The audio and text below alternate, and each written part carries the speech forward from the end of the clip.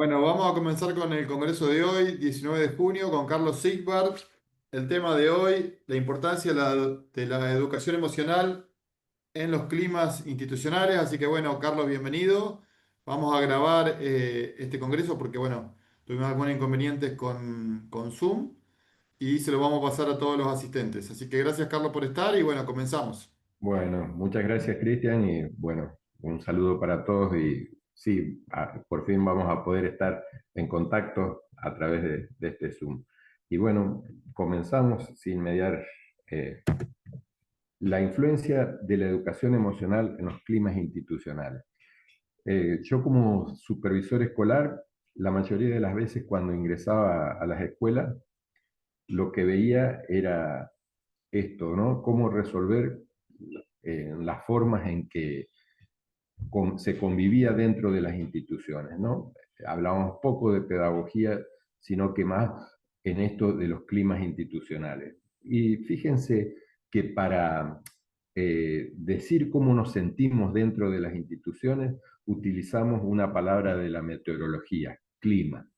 Y esto tiene bastante sentido. Una vez presencialmente eh, estaba dando una charla con respecto a esto y le dije a los directivos que concurrían a esa capacitación que definan a sus instituciones con una palabra del clima. Y una señora que estaba en la primera fila y se la veía media angustiada, me dijo tsunami. Estaba desesperada. ¿Por qué? Porque ella sentía que el clima de su institución, por supuesto, no era el apropiado. Y bueno, esto tiene que ver con lo emocional muchísimo. Es atravesado por lo emocional, ¿no es cierto? Y fíjense que no podemos dar lo que no tenemos. Y entonces lo emocional tiene que ver en esto de la convivencia y todo esto. En este espacio vamos a tratar de ver algunas de las cuestiones que tienen que ver qué es lo que origina la violencia, cómo tratarla y, por supuesto, digo violencia, ¿por qué? Porque es lo que más nos preocupa dentro de esto, ¿no? Y, por supuesto, vernos a nosotros mismos primero como para empezar a razonar y qué herramientas podemos interpretar. Yo siempre digo que en estas charlas que son muy breves, son disparadores para que nosotros después tengamos algunas cuestiones para seguir profundizando. Yo digo siempre que no enseño mucho, sino que ayudo a que pensemos juntos, ¿no? Así que en esto de los climas institucionales, fíjense, dentro de nosotros también tenemos clima. Y bueno, yo les preguntaría a ustedes, ¿cómo están? Eh, y defínanse a ustedes con una palabra del clima. Está medio lluvioso, nublado, tormentoso, soleado, con un arco iris, todo esto. Y esto es interesante. ¿Por qué? Porque siempre todo lo emocional tiene que primar el tema del autoconocimiento, cómo nos sentimos nosotros para poder brindarnos a los demás. Y por supuesto, como siempre digo, tenemos que estar bien nosotros emocionalmente para poder contener a otra persona emocionalmente. Y dentro de esto, y dentro de las instituciones educativas, por supuesto, tiene mucho que ver cómo nos sentimos. Y esto es algo casi lógico. ¿Por qué? Porque vivimos gran parte de nuestra vida dentro de las escuelas. Y esto, por supuesto, es un desafío. Nadie quiere vivir en un lugar donde se sienta mal, donde se sienta eh, agobiado, donde se siente... Y entonces esta es una tarea de todos, ¿no? Y para mí también es un gran desafío poder establecer algunas cuestiones que tienen que ver con lo emocional y los climas institucionales. Entonces, fíjense, perdón, primero como para preguntarnos, ¿no? En esto del autoconocimiento. Y es una pregunta media filosófica. Yo diría, si pudiera ser cualquier persona, ¿quién sería? Un momentito, después contesto yo quién sería, ¿no? Y en mi caso, la respuesta es evidente. Quiero ser yo. Todos queremos ser nosotros y no vivir la vida de otro y tampoco accionar o estar condicionado por los demás. sino que sentirme libre de poder decir, expresar, estar, jugar, compartir, todo esto, pero siendo uno mismo, no estar condicionado por los demás. Los climas institucionales, los climas familiares, a veces nos condicionan y no nos permiten ser nosotros mismos. A veces vemos que nuestros estudiantes también tienen ese condicionamiento, vos tenés que ser tal cosa. Y esto es una presión y también, hasta si se quiere, se ejerce como una violencia para representar lo que la familia quiere de una persona, ¿no? Entonces, esto también el autoconocimiento y tiene que ver acá, fíjense, el tema de las neuronas espejo.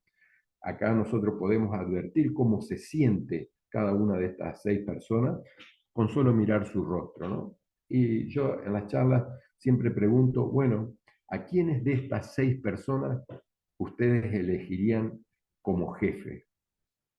Y bueno, y la mayoría elige como jefe a este que podemos advertir que es el único que está en modo creativo, decimos nosotros. El otro, las demás personas están en modo de defensa. La persona de la izquierda arriba, bueno, está media enojada, el otro señor está un poco sorprendido, la otra señora con cara de asco, la otra con signos de admiración. Esta persona está alegre, la que está en modo creativo, y a la otra persona medio que da ganas de ayudarla, pobre, porque se la ve muy triste. Y esto de estar en modo creativo, ¿por qué se da esta situación? Y bueno, yo por ejemplo ahora estoy alegre, estoy contento porque estoy haciendo lo que me gusta. Nadie me obliga a estar acá y bueno, lo haré bien o mal, pero a mí me satisface poder interrelacionarme con esto de que me apasiona, que es la educación, ¿no? La educación y sobre todo a veces dejar la trascendencia que cada educador tiene por esto, ¿no? Y entonces en esto de la educación yo siempre digo que hay una definición de educación que a mí me gusta mucho, que siempre la digo porque no es de educación, pero tiene que ver con lo nuestro. Dice, tal vez tu trabajo va a llenar gran parte de tu vida. La única forma de hacer un trabajo genial es amar lo que haces. Si no lo has encontrado, sigue buscando, no te detengas.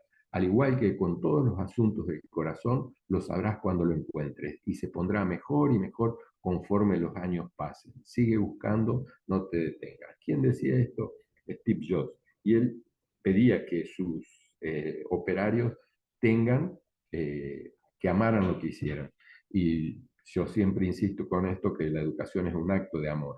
Y en ese acto de amor, por supuesto, debemos amar lo que hacemos y estar bien en el lugar donde queremos transitar nuestra educación. Y entonces, acá en esto de conocernos a nosotros mismos, ¿no?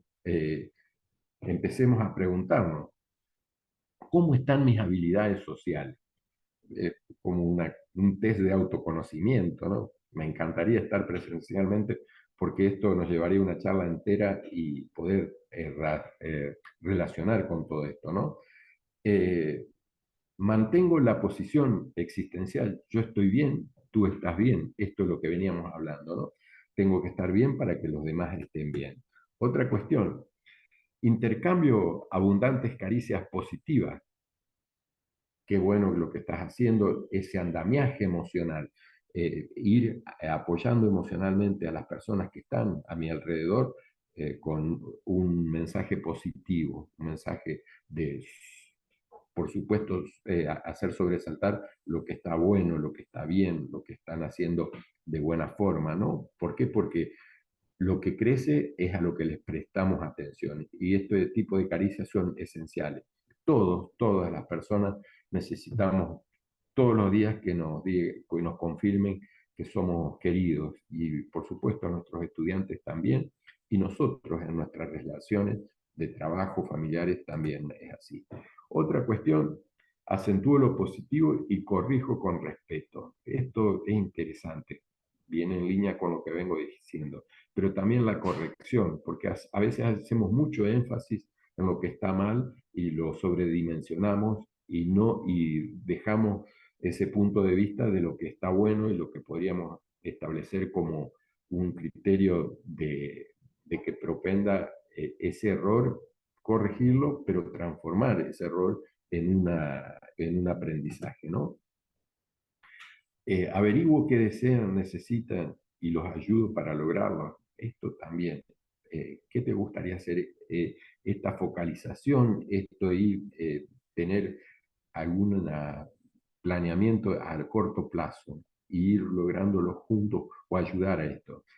Como decía Montessori, ayúdamelo a hacer solo, pero bueno, ese deseo de que los estudiantes tengan o los compañeros de trabajo, ¿no? Cultivo un interés auténtico por las personas y evidentemente un docente sí tiene esa impronta, ¿no? Del interés auténtico por las demás personas. Sonrío y uso el buen humor, esto como estrategia o como actitud, ¿no? El buen humor, el recibimiento, yo siempre digo que a veces nosotros, de acuerdo a cómo recibimos a un estudiante, así él se va a sentir. Por esto que vengo diciendo de las neuronas espejo, esto de qué suerte viniste hoy, las cosas lindas que vamos a aprender. Eso es una actitud positiva, ¿no? Y a veces nos delata nuestras neuronas espejo porque vemos venir a ese chico que a veces nos hace rezongar un poquito y decimos, lo pensamos simplemente, vino de vuelta este, y eso hace que el niño o el estudiante lea nuestras neuronas espejo y piense, ah, mira vos no querías que yo venga, lo lindo que te la voy a hacer pasar, y nos hace pasar una mañana, una tarde de terror. ¿Por qué? Porque entregamos, empoderamos a la persona con eso de simplemente del recibimiento. Fíjense esto de la afabilidad, la sonrisa, la caricia positiva de lo que veníamos hablando, ¿no? Esto es interesante. Recuerdo los nombres, apellidos y los saludos. Eh, Siempre cuento esto de que en mi carrera como docente, en un quinto año, había una chica que no participaba mucho, estábamos a mitad de año más o menos. Yo daba economía en ese tiempo y la chica, yo estaba escribiendo en el pizarrón y la estudiante me dice, Carlos, ¿le puedo hacer una pregunta? Yo casi ni le conocía la voz porque no participaba mucho. Y ella me dice, sí, le digo, ¿cómo no? Le digo, y ella me interpela y me dice, ¿cómo me llamo yo? Y les puedo asegurar que me corrió un frío por el cuerpo. ¿Por qué? Porque no estaba seguro de cómo se llamaba. No sé cómo, porque también soy un desastre para los nombres, no sé cómo alguien me ayudó y dije Marianela. Y, me dice, solamente quería saber eso.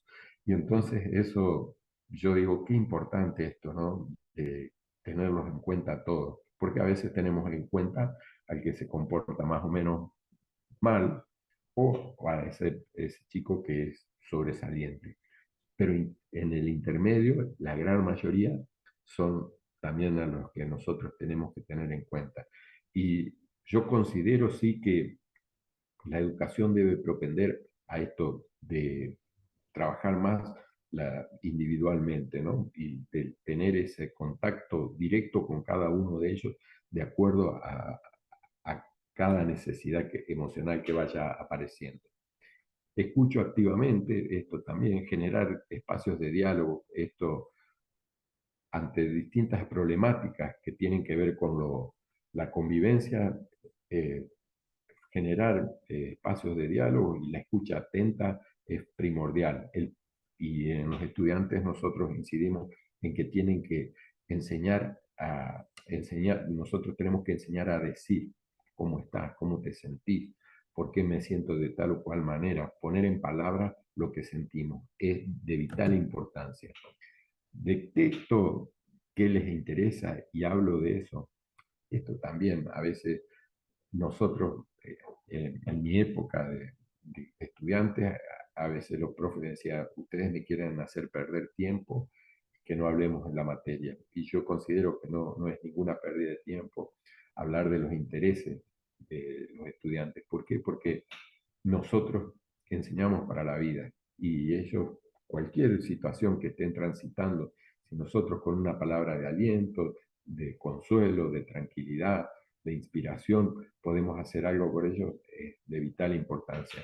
Entonces, a veces solamente no hay que circunscribirse en la finalización del programa, sino que también hablar de la vida, porque yo considero que debemos enseñar para la vida, ¿no?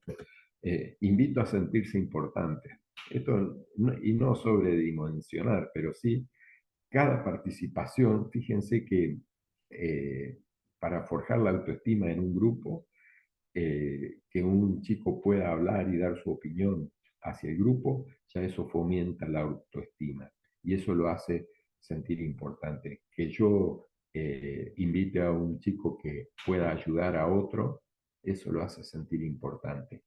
Que colabore en determinadas cuestiones también. Entonces, sentirse importante ayudando a los demás, sentirse importante valorando su trabajo, sentirse importante eh, con una ponderación al pasar es muy interesante y valedero. Evito las discusiones y esto es necesario también. A veces la estrategia del docente tiene que ser esta, ¿no? De rodear para no ir al choque. A veces se me ocurre ahora una situación, un padre que viene disconforme, y esto lo estamos viendo mucho y por eso saco a colación esto. Y bueno, se enfrenta a una mamá, un papá y nos dice de todo. Y entonces uno, por supuesto, puede defenderse al mismo nivel o estar en una cuestión superior. Y el docente siempre, si escala la discusión, en algún momento tiene que dar un paso al costado. Entonces, a veces hay que salir de eso y decir, mire señor, veo que a usted le interesa el bienestar de su hijo. A mí también, y capaz mucho más que a usted.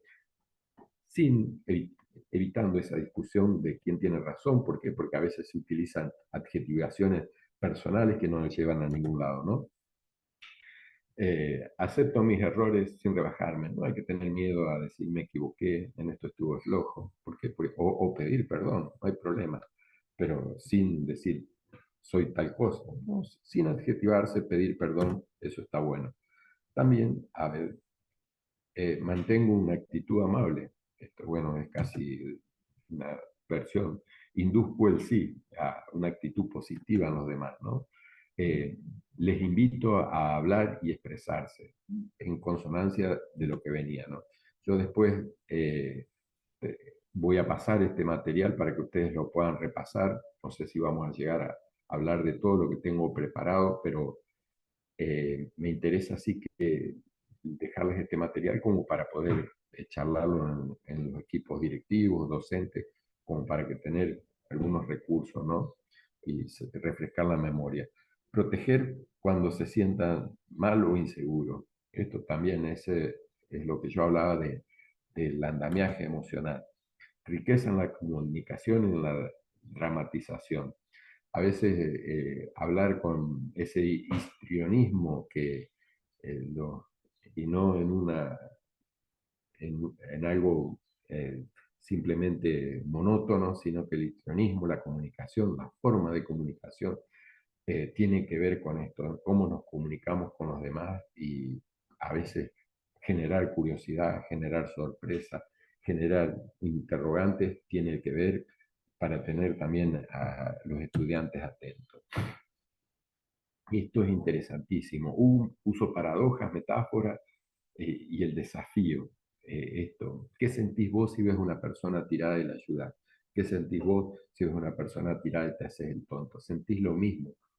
Usar esas paradojas, las metáforas que dejan una enseñanza, un desafío. A ver, probemos en las actividades que voy a compartir, estos desafíos a ser amable con mis compañeros en un determinado momento y después expresar cómo me sentí, algo así como para que tenga que ver con la convivencia.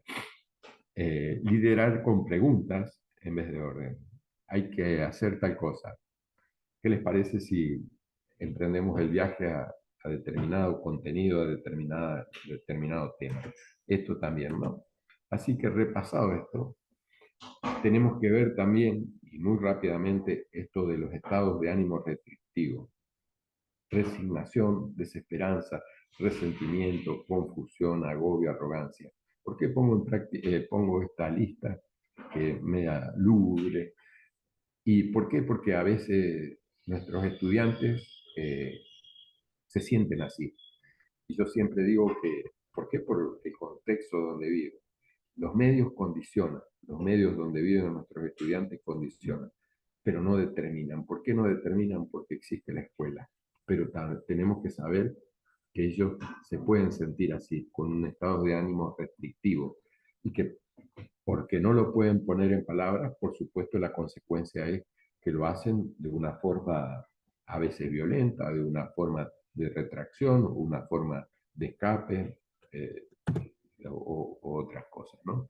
Y entonces, estados de ánimo expansivos: ambición, serenidad, confianza, asombro, resolución, autocontrol. Interesantísimo, y lo que más recalco de esto es la confianza. Nosotros debemos generar confianza en los estudiantes. Nosotros como padres debemos generar confianza en nuestros hijos. ¿Por qué? Porque es necesario que los chicos tengan en qué confiar. Esto, cuando llegan nuestros estudiantes a la adolescencia, se ve esto que no confían en nadie. Esto que no, que hay un término, misantropía, que es que no se confía en los demás, en el ser humano, ¿no? Y esto, y cuando uno no confía, se siente como amenazado, y cuando uno se siente amenazado, nuestro cerebro acciona para estar en modo defensa, lo que veíamos ahí, y difícilmente lleguemos a ese modo creativo. Entonces, esto es interesante. Y el resiliente tiene mucho que ver, y después lo vamos a ver un poquito más, con el tema de la, de la autonomía, ¿no? De la autosuperación y todas estas cuestiones. Acepta las cosas, que las cosas cambian. Se orienta hacia el futuro. Evalúa fortalezas, debilidades y posibilidades. Innova disruptivamente. Cultiva hábitos saludables y se pregunta sobre qué es importante ahora y qué no. Esto, ¿por qué pongo esto? Porque la resiliencia se acepta. Tenemos que aceptar que no controlamos todo, sino que solamente nosotros controlamos lo que está dentro nuestro, nuestros pensamientos, emociones, si se quiere, o gestionamos esto, ¿no? Y nuestras actitudes, las que podemos controlar. Y evaluar las fortalezas y que tengo. Innovar disruptivamente, ¿qué quiere decir eso? No hacer siempre lo mismo, sino que intentar cosas nuevas. Cultivar hábitos saludables. Esto es interesante. Cuanto más hábitos nosotros tenemos, más voluntad construimos. Esto también. Cuando una persona genera hábitos, hábitos de higiene, hábitos de estudios, hábitos alimenticios, hábitos de, de ejercicio, cuanto más hábitos una persona tiene, cuanto más hábitos tienen nuestros estudiantes, más voluntad van a tener. Si no, van a dejar pasar y van a dejar para otro momento, ¿no? Entonces, esto está bien. Se pregunta sobre qué es importante ahora y qué no. Y esto tiene que ver con que vivir el presente, ¿no? Lo que ya pasó no lo manejamos, y lo que está por venir depende mucho de lo que hagamos ahora. Y entonces esto a veces, cuando hablo con adolescentes, les pregunto: bueno, ¿qué querés ser vos? No sé, después que salga de la escuela, tal cosa. Y bueno, la pregunta es: ¿qué estás haciendo ahora para llegar a ser lo que querés ser? El futuro a veces nos produce ansiedad, nos angustia, pero lo que único que podemos manejar es el presente, y eso se enseña, a poder manejar el presente. Así que esta diapositiva, ya saliendo de nosotros mismos, ¿no? Tiene que ver con la historia de la humanidad y de las relaciones que hemos tenido de la humanidad. Y fíjense que en todo este tiempo de evolución, el hombre ha luchado por poder. En la época primitiva, ¿quién tenía el poder? El más fuerte, ¿no? En la época de los reinos, ¿quién tenía el poder? Eh, el rey o el hijo del rey. El que nacía esclavo moría esclavo. En la época, en la revolución industrial que tiene el poder, que tiene el poder económico, y ahora estamos ingresando en la era del dataísmo o el conocimiento. Y esto es interesante. ¿Por qué? Porque a veces nosotros, como hemos evolucionado, a veces tenemos conductas primitivas. Cuando uno reacciona, eh, reacciona violentamente, físicamente, se está retrotrayendo a lo que era la época primitiva, ¿no? A la época de los reinos, cuando hace valer su poder sobre las demás personas y el sometimiento. En la época del poder económico tiene que ver también con un estatus, ¿no? Un estatus que se le otorgaba al que tenía y al que no, y eso hacía que pudiera dominar a las demás. Y hoy día, bueno, estamos en esta época del conocimiento, estamos dejando el humanismo. Y al dejar el humanismo estamos entrando en esto de la virtualidad y del dataísmo. Y siempre cuando se deja una era y se comienza otra, hay una especie de esclavitud. Eh, en la época, en la revolución, antes de la revolución industrial, estaba la época de a la gente los esclavos, ¿no? La esclavitud.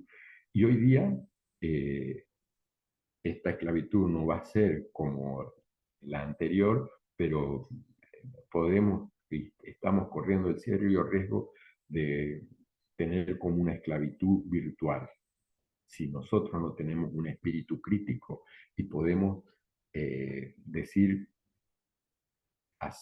usar la tecnología para nuestro propio bien y no dejarnos a merced de la tecnología. Y por eso nos está trayendo bastantes dolores de cabeza todo esto que tiene que ver referido con lo virtual. La tecnología en sí, y esto lo repito siempre, nosotros hemos evolucionado tecnológicamente y científicamente. Ya no es nada extraño que de aquí 20, 30 años las personas de 100 años de edad va a ser algo común. Hemos crecido en esto de científicamente y tecnológicamente, pero estamos teniendo una regresión muy abrumadora en lo humano. Y esto a nivel global. Solamente con fijarnos cómo nos tratamos como sociedad, donde se promueve a veces una cultura del odio, eh, cuántas guerras está teniendo el mundo en esta actualidad. Entonces evolucionamos mucho en todo lo que tiene que ver a lo que nos rodea, en el confort, pero no hemos aprendido todavía a cómo llevarnos bien.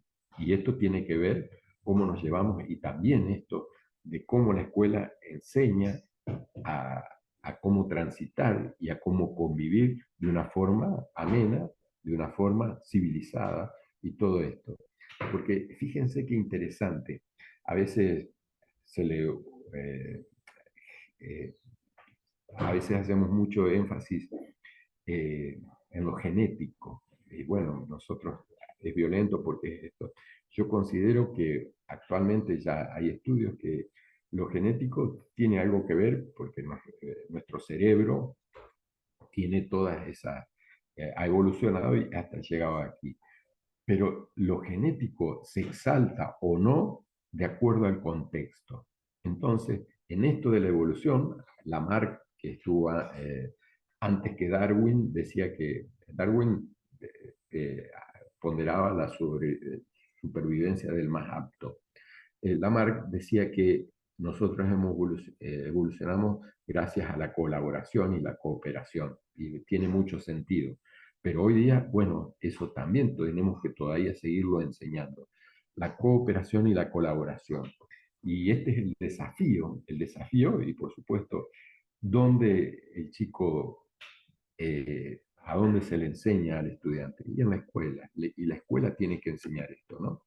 Entonces, fíjense, les voy a mostrar este video que no es muy simpático, pero tiene que ver con la realidad que viven nuestros estudiantes.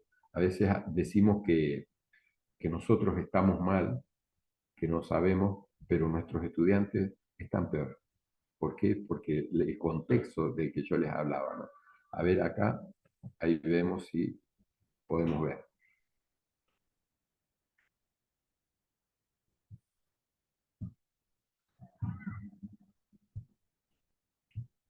No haces la tarea, no notas la cosa del pizarrón, ¿sabes qué? Lo resolvemos facilito. Le voy a decir a tus padres que vos no sos un chico para esta escuela. Es que si no le pone límites a su hijo, señora, yo no tengo la culpa. No. Con usted no me interesa hablar. Quiero hablar con la directora. Esa maestra es una inútil, que no sirve para La nada. escuela es un desastre. Oye, Amalia,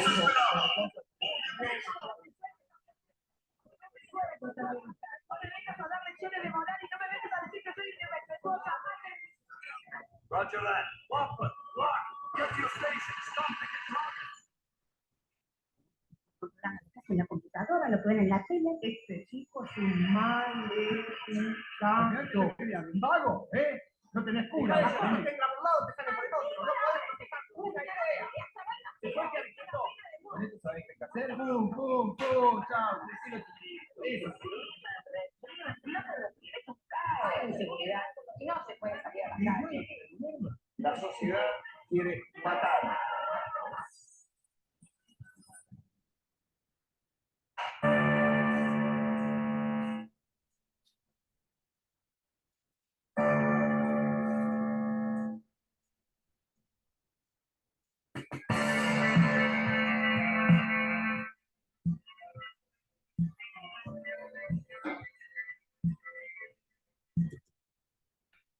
Esto es muy duro, pero bueno, nosotros que estamos en este tema tenemos que hacernos cargo, ¿no?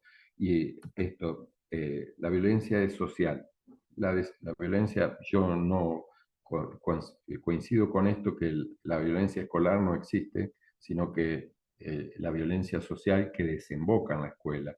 Y donde más nuestros estudiantes se pueden expresar es en la escuela. Y por eso, entonces, tenemos todas estas consecuencias que las estamos viviendo socialmente. Bueno, por eso vuelvo nuevamente a insistir. Los medios condicionan, pero no determinan. No determinan porque existe la escuela.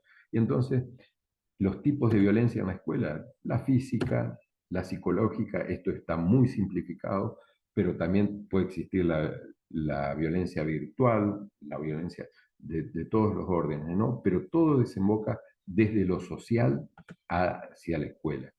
Y entonces podemos hablar en este condicionamiento de nuevas infancias, porque lo estamos viendo, porque por todo lo que venimos hablando de la virtualidad, fíjense que antes existía como una familia tipo, ahora existe distintos tipos de familias, yo no lo cuestiono, pero es así.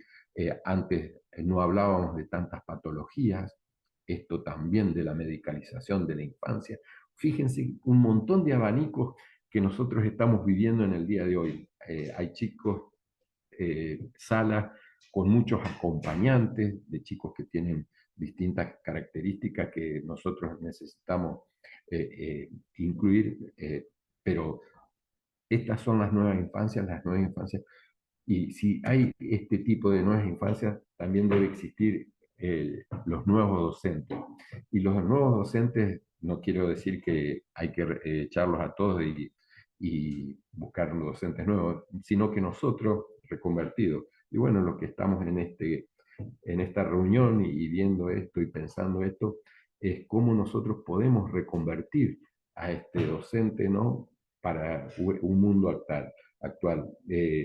La docencia tiene que dar un paso adelante impresionante. ¿Por qué? Porque se está encontrando con muchas cuestiones que no se tienen en cuenta.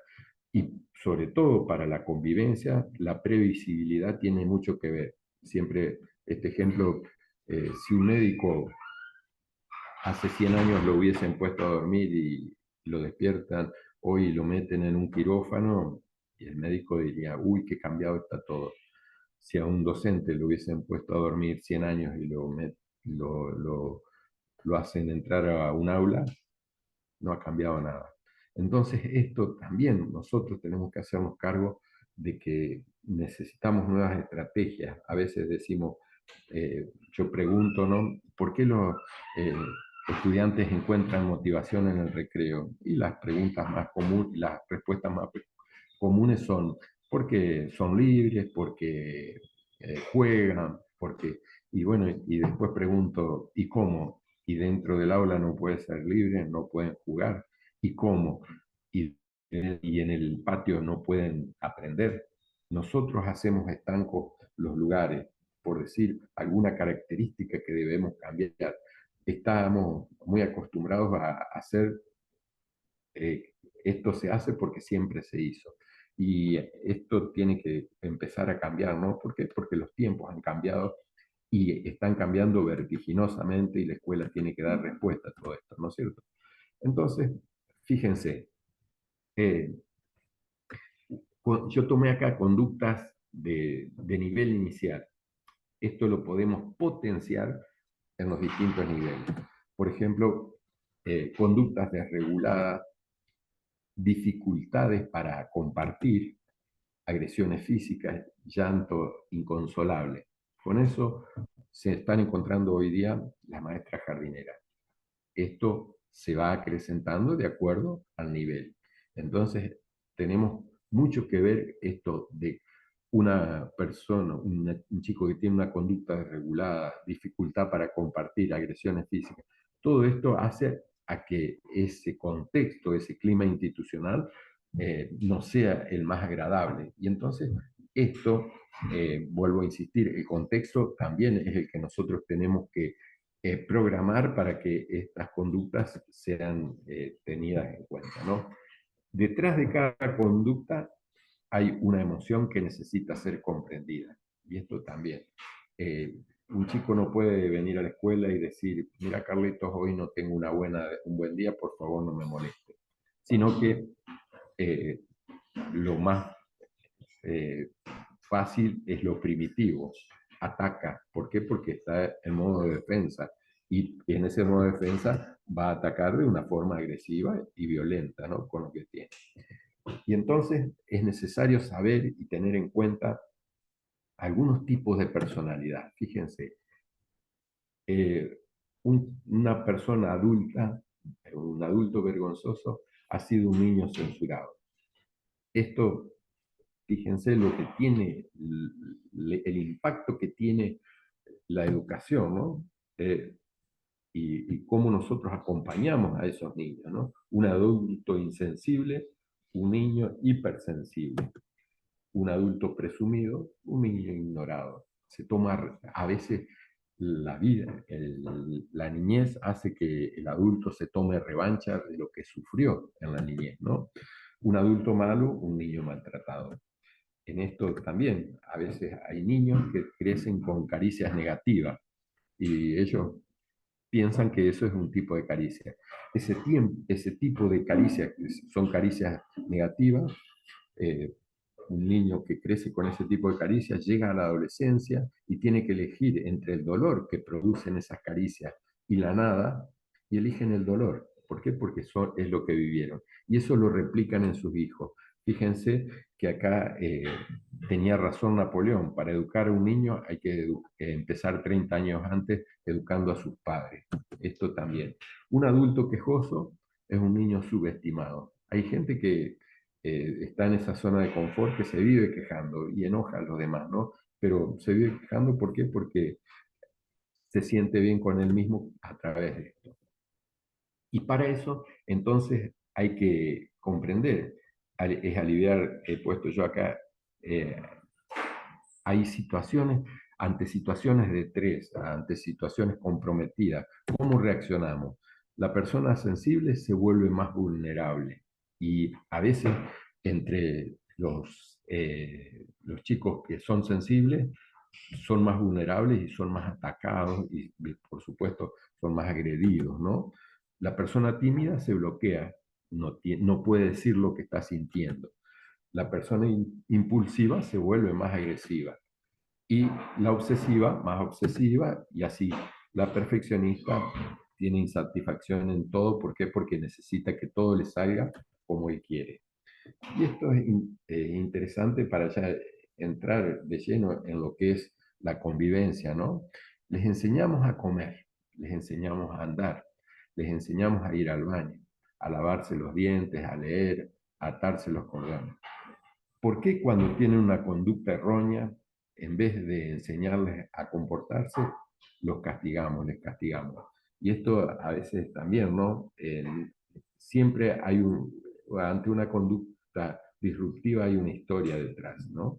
Hay una historia detrás que podríamos ejemplificar. Una chica me contó la otra vez, ella estaba haciendo su tesis para psicología y estaba observando un cuarto grado en una escuela común. Ella no podía participar, sino que observaba todas las acciones. Entonces, en un momento, en un último recreo, una nena que era muy tímida se acerca a su docente que estaba cuidando el patio y le acerca una notita. Y esa notita decía, mi papá está preso, lo acusan de un delito. Y bueno, la maestra le muestra a la psicóloga, le muestra a la señora que atendía el kiosco, y la señora que atendía el kiosco tenía toda la data de eso, ¿no? Pasa al otro día, en el primer recreo, esta chica ve que esa niña ataca violentamente a otro chico. Después se supo que el chico se había burlado de ella y le había pegado mal. Y entonces, ¿por qué? Pues le decía, tu papá está preso, tu papá está preso. Y bueno, la directora, cuando vio ese cuadro de ese chico que tuvieron que llamar a la ambulancia por los daños que tenía, inmediatamente, sin mediar otra cuestión, agarró y suspendió a esa niña, ¿no? Pero bueno, a veces, por supuesto, uno no justifica la violencia, pero a veces también hay que generar y actuar inmediatamente cuando los niños piden ayuda, porque de alguna u otra forma un niño pide ayuda. A veces con esto de las neuronas espejo. Te noto triste, si querés me contás. Estamos tirando esa ayuda, ¿no? Y los roles ante situaciones de violencia. Y esto, aprovechando que estoy hablando para docentes de Santa Fe, hay un libro que es Elegir cómo actuar, de Espacios Educativos, que es una organización de Santa Fe, que trabaja muy bien esto de la violencia, y por eso es un gusto poder compartir algunas experiencias de ellos, ¿no? Roles ante la violencia. Existen los agresores, los agredidos, los observadores y los protectores. Y en esto, fíjense, estos roles pueden mutar. Y entonces, acá los agresores, ¿cuál es la tipología de un agresor? A veces por una cuestión de estatus, de poder hacerse ver, y entonces agrede a quién. Los agredidos, ¿quiénes son? Los que no se pueden defender, a los que son en esto del tipo de personalidad muy tímidos, muy sumisos y todo esto. Son algunas características que uno debe tener en cuenta. Y los observadores, hay observadores que están los que filman para subir a las redes, que les interesa que los demás se peleen. Hay observadores que son indiferentes y hay observadores que les gustaría intervenir, pero no intervienen porque tienen miedo a ser agredidos ellos mismos. Y está el rol de los protectores. Y el protector, ¿qué hace? Bueno, ante una agresión también sale en defensa, sale a no avalar, pasa de observador a no avalar la agresión. ¿Y qué pasa? ¿Qué necesitamos nosotros? Que los observadores se comprometan y sean protectores y se hagan cargo de esto. Porque fíjense, a veces uno no se explica cómo 10 estudiantes atacan a uno y cómo dentro de esos 10 estudiantes no hubo uno que dijera, no, esto no está bueno. ¿Y por qué no lo hacen? ¿Por qué? Porque tienen miedo también a ser agredidos. Y entonces cuando los protectores toman un rol preponderante, la agresión deja de ser tal. Y esto es un trabajo, sí, es un trabajo que tiene que comprometer a todos y también esto, ¿no? Cuando existe una agresión, nosotros trabajamos ¿para qué? Para que la no agresión, pero no vamos a evitar todos los casos. Entonces, trabajamos en la prevención, sí, está muy bien, pero también hay que trabajar después de la agresión en lo que se llama posvención, sacar una enseñanza de eso, agresor, agredido, tienen que sentarse a charlar los estudiantes, los niños, se ponen más rápidamente de acuerdo que los adultos, pero esto hay que generar esos espacios para esto, ¿no? Y entonces en esto tiene que ver. Eh, y acá es interesante, entonces, en esto de los protectores, el contexto del grupo, hay algo que inhibe o potencia el acoso. Y entonces es bueno esto de que en grupo en general, bueno, no avalen la violencia o no sean indiferentes ante esto, ¿no es cierto? Eh, ¿Qué es lo que nos lleva a tener conductas disruptivas? ¿Por qué lo hacemos? Y fíjense que esto es una, una definición de Shakespeare, pero tiene que ver un poco esto. Por ambición, por miedo, a veces atacamos porque tenemos miedo, ¿no? Por venganza, por celos o por amor. Y bueno, y como bien decía yo, esto de que es una cuestión de estatus, de hacernos ver. ¿Por qué? Porque necesitamos esto, ¿no? Así que esto es un poco lo que yo les decía, la misantropía es la desconfianza a la humanidad. Estamos generando y creando y educando estudiantes, niños que desconfían. ¿Por qué? Porque nuestros gurises duran, permanecen, crecen, aguantan, pero no son. No son, ¿por qué? Porque no son tenidos en cuenta por el adulto. Y entonces esto es, tenemos que enseñar a ser personas. Y esto es una tarea titánica que tenemos nosotros, ¿no? Y entonces también esto es bueno escuchar a los estudiantes. ¿Qué nos dicen los estudiantes? ¿Qué le pedirías como alumno a tus docentes? ¿Qué le pedirías a los adultos que te rodean?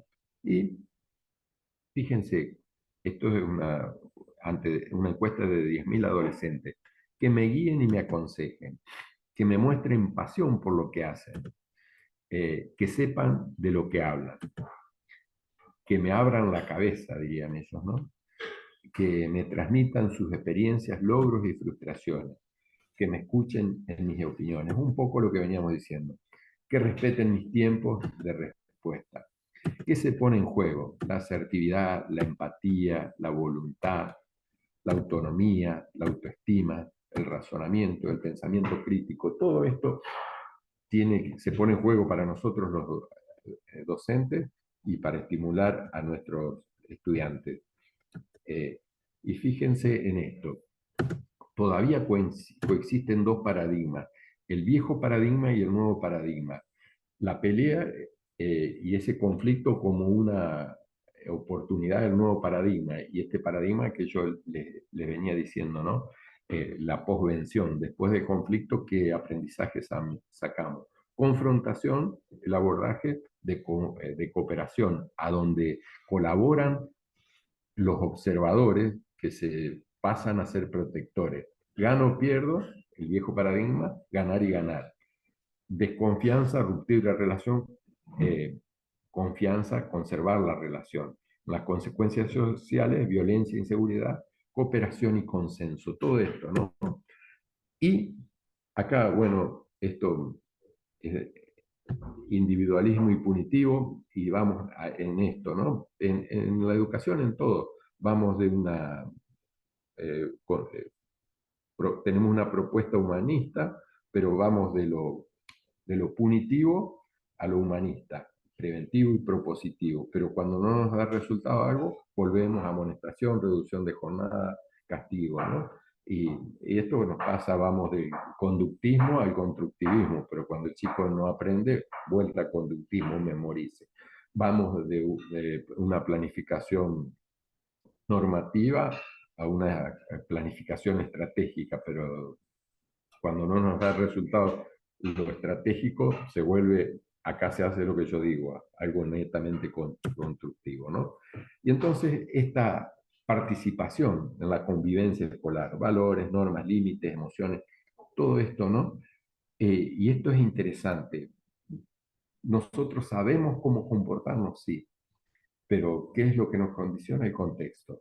A veces, eh, en esto que venía diciendo, no intervenimos cuando otros, los líderes hacen tal o cual cosa porque tememos a ser atacados nosotros también. Esto hablo en nombre de los estudiantes, ¿no? Entonces, el clima institucional, una propuesta educativa, los vínculos, la solución, todo esto es una cuestión que nosotros, los adultos, nos tenemos que poner de acuerdo y también ponernos de acuerdo con los padres y a veces con la persona que le tiene afecto al niño, ¿no?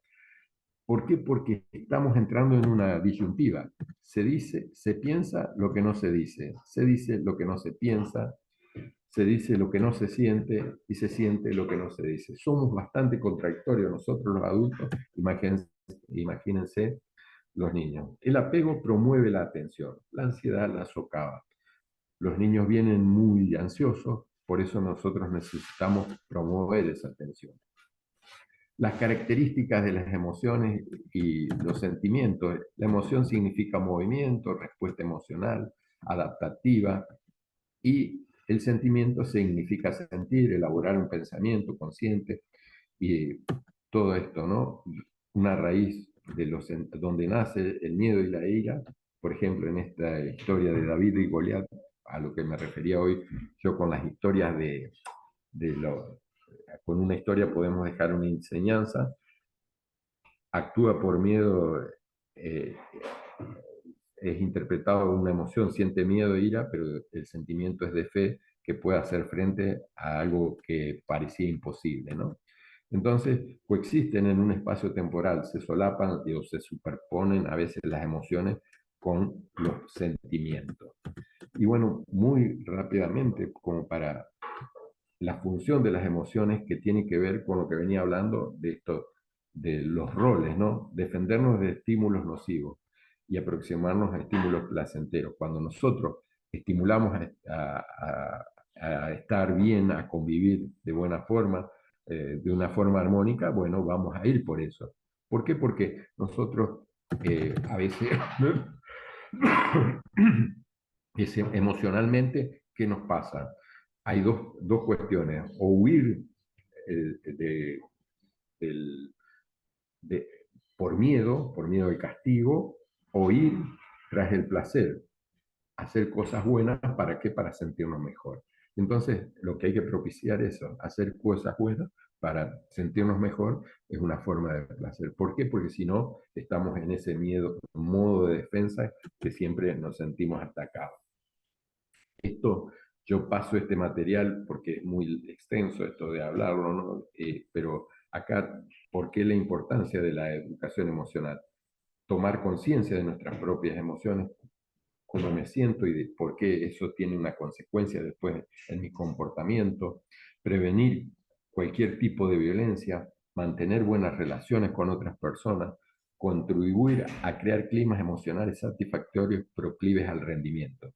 ¿Por qué es esto? Fíjense, esto es una estadística, el aprendizaje social y emocional. Un análisis de los estudios realizados en más de 270.000 estudiantes demostró que estos programas producen una reducción sustancial de los comportamientos antisociales, un aumento en la cooperación y el gusto por ir al colegio, y un impulso del 11% en las calificaciones académicas.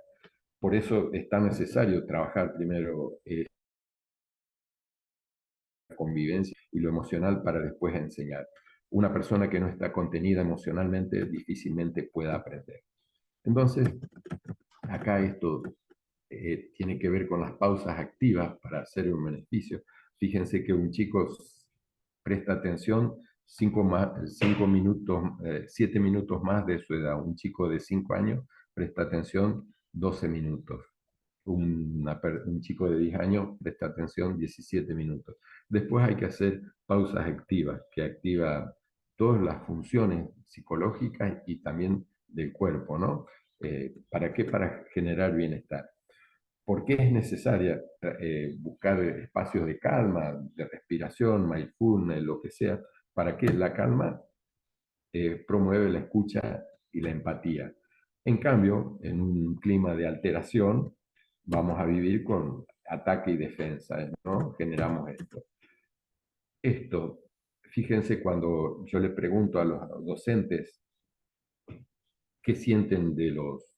Por supuesto, nosotros también vemos lo negativo, no quiere decir que esto sea lo más preponderante, pero cuando se habla de qué ven en los adolescentes, desinterés, indiferencia, abulia, pereza, odio, inercia, todo esto ven en los adolescentes, los profesores, ¿no? Nosotros mismos. Todas estas palabras son antónimos de deseo. El desafío hoy día de nosotros como docentes es generar el deseo por aprender. Virtualmente se genera mucho deseo, se genera mucha dopamina. ¿Para qué? Para que estar pendientes dentro por ejemplo, de la pantalla. Y 6 consejos para fomentar el deseo de aprender.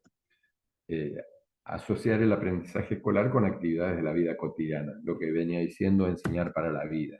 Ofrecer varios tipos de experiencia. Haz que él se sienta competente, ¿no? Está mal ahí. Entusiasmate por el aprendizaje. El deseo de aprender es contagioso. Esto también tiene que ver con la actitud, ¿no?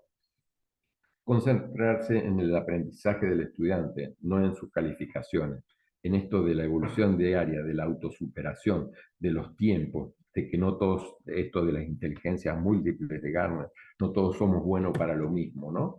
Entonces, esto, ve el fracaso bajo una luz positiva. Bueno, no te salió bien, pero yo considero que si lo intentas nuevamente, vas a salir adelante, lo vas a poder hacer mejor y este error o este fracaso te va a servir como un aliciente. Nuestros niños, aparte de esto de la condición social donde viven en un exceso de estímulos visuales y auditivos, que esto también hace que no se... el síndrome del pensamiento acelerado, de no prestar atención, nadie presta lo que no devolvemos, nosotros también debemos prestar atención a cada uno de estos niños. El exceso de información, vivimos infoxicados, ¿no? Mucha información, pero no toda la información es conocimiento, y por eso la escuela también debe reconvertir en eso, pasar por el tamiz del conocimiento, la información para comprobar si es fidedigna o no, si es cierta o no. Entonces, fíjense el rol que torna esto, ¿no? Bueno, en cuanto a los estímulos visuales como la virtualidad, también tenemos que hacernos cargo de qué hacer con ella. En algunas otras charlas yo hablo mucho de esto, de que la pantalla entretiene, te tiene dentro. ¿Por qué? Porque no hay que elaborar nada.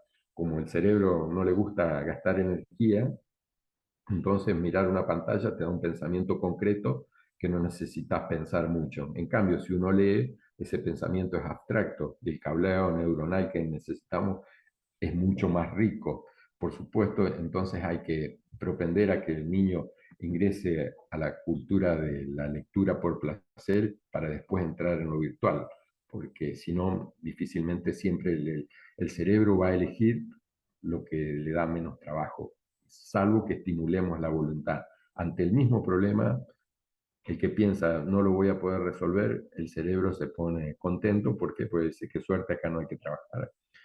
Y bueno, si yo tengo voluntad y digo, bueno, a ver, ¿cómo puedo resolver este problema? Esa actitud hace que mi cerebro empiece a trabajar para mí y me dé distintas alternativas para resolver ese problema. Y la paranoia del consumo y la estética, ¿no? Esto que tiene que ver con el estatus, que tiene que ver con lo que veníamos diciendo de hacerse ver, de tener y no ser. Entonces, tenemos que propender a la felicidad. ¿Qué es la felicidad? Vivir el presente habiendo superado las heridas del pasado, ilusionado con el futuro, ¿no? Y es importante no perder las ganas por aprender, la curiosidad y el asombro. Las cosas buenas están en la vida real. Eso también es lo que nosotros tenemos que establecer, ¿no? Lo metacognitivo, ¿para qué sirve lo que estoy aprendiendo? Hábitos, lo que venía hablando para generar la voluntad, la inteligencia triádica, lo social, lo emocional, lo cognitivo y lo racional, las técnicas de estudio, las inteligencias múltiples, todo esto, la inteligencia emocional. Lo metacognitivo, ¿por qué? Porque tenemos que aplicar eso para también nosotros crear espacios interesantes, generar el interés y el deseo por el niño por aprender. Esto, ¿qué he aprendido? ¿Cómo lo he aprendido? ¿Para qué me ha servido? ¿En qué ocasiones puedo usarlo? ¿No? Y acá, a ver, pensar altera, a ver, esto vamos a pasarlo, a ver si, ahí se me pide. Entonces, un poco lo que nosotros necesitamos, a ver, se trabó el power. Bien, ya para redondear y finalizar, esto es un poco lo que yo quise significar en todo este tiempo, es cómo podemos trabajar desde un contexto, generar contextos donde los chicos tengan confianza, donde los chicos puedan establecer distintos criterios de aprendizaje, y esto de que nosotros necesitamos emocionalmente estar contenidos para poder aprender. Y todas estas, fíjense, son vocabularios del pensamiento. Y hay muchísimo. Esto de la rumiación mental tiene mucho que ver. Plantear, conceder, desconocer, hipotizar, concluir. Todo esto es el desafío que nosotros tenemos, que nuestros niños tienen. Actividades a partir de fábulas y parábolas, lo que propuse, qué piensan, qué sienten, qué pasa si, qué tal si, qué hubiera pasado si. Todas estas conjeturas de lo que yo venía diciendo. Es más fácil contar una historia en tercera persona, lo que me está sucediendo a mí, pero dice, a un amigo le pasó tal o cual cosa. Y esto también a veces es plantear nuestro problema desde otro lado, ¿no? Los científicos dicen que estamos hechos de átomos. A mí un pajarito me contó que estamos hechos de historias, decía Galeano, y esto también. Nuestros estudiantes tienen que encontrar los espacios para qué, para poder contar sus propias historias. Y la tolerancia a la frustración, saber esperar, tolerar, todas estas cuestiones que, bueno, yo voy a dejar este material para que Cristian después lo comparta con todas las actividades que están dando, ¿no? Esto de cómo manejan los chicos la frustración, y nosotros tenemos que propender a que la frustración sea un trampolín para volver a intentarlo, a ser resiliente, lo que hablaba al comienzo, ¿no? Y entonces, todo esto tiene que ver un poco con, me pasé, todas estas son actividades que yo las comparto para que ustedes las tengan. Por ejemplo, el miedo, siento miedo, ¿qué necesito? Seguridad. Siento enojo, ¿qué necesito? Poner límite. Tristeza, ¿qué necesito? Aceptarla. Amor, ¿qué necesito? Compartirlo. Culpa, ¿qué necesito? Reparar. Y desagrado, que necesito distanciarme. Todas estas cuestiones tienen que ver un poco cómo nosotros establecemos distintos criterios y distintas cuestiones para poder generar ese clima de calma al que hablábamos antes, ¿no? Y una evaluación de todo esto, continua, cooperativa, individualizada, observación en pareja, observación entre pares de docentes. ¿Para qué? Para generar nuevas ideas también. Progresividad de actividades, observación en clase, evolución es intrínseca de cada docente. ¿Qué quiero de ese estudiante? Y cuando yo sé lo que quiero de ese estudiante, puedo sacar lo mejor de él. Entonces, bueno, simplemente agradecer este espacio, porque por supuesto lo hago con mucha pasión. Y esto, ¿no? Lo que decía Facundo Cabral, ustedes si ponen carlosigbar.com.ar, ahí pueden encontrar también bibliografía referida a estos temas y a otros más que pueden ser interesantes. Agradezco a Cristian la invitación para poder compartir esto y como decía Facundo Cabral, que la única religión que existe es el amor. El único idioma es el del corazón. Existe una sola raza, la humana, y existe un solo Dios y está en todas partes. Gente, muchísimas gracias por estar acá. Muchas gracias, Carlos. Bueno, muy bueno todo. Espectacular. Después te voy a pedir el material y bueno, con esto Con gusto. finalizamos y después mando la grabación a los participantes. Muchas gracias, Carlos, y estamos en contacto. Gracias, Cristian. Un abrazo para Fin todos. de- Nos vemos. Bueno, gracias, Cristian. Chao.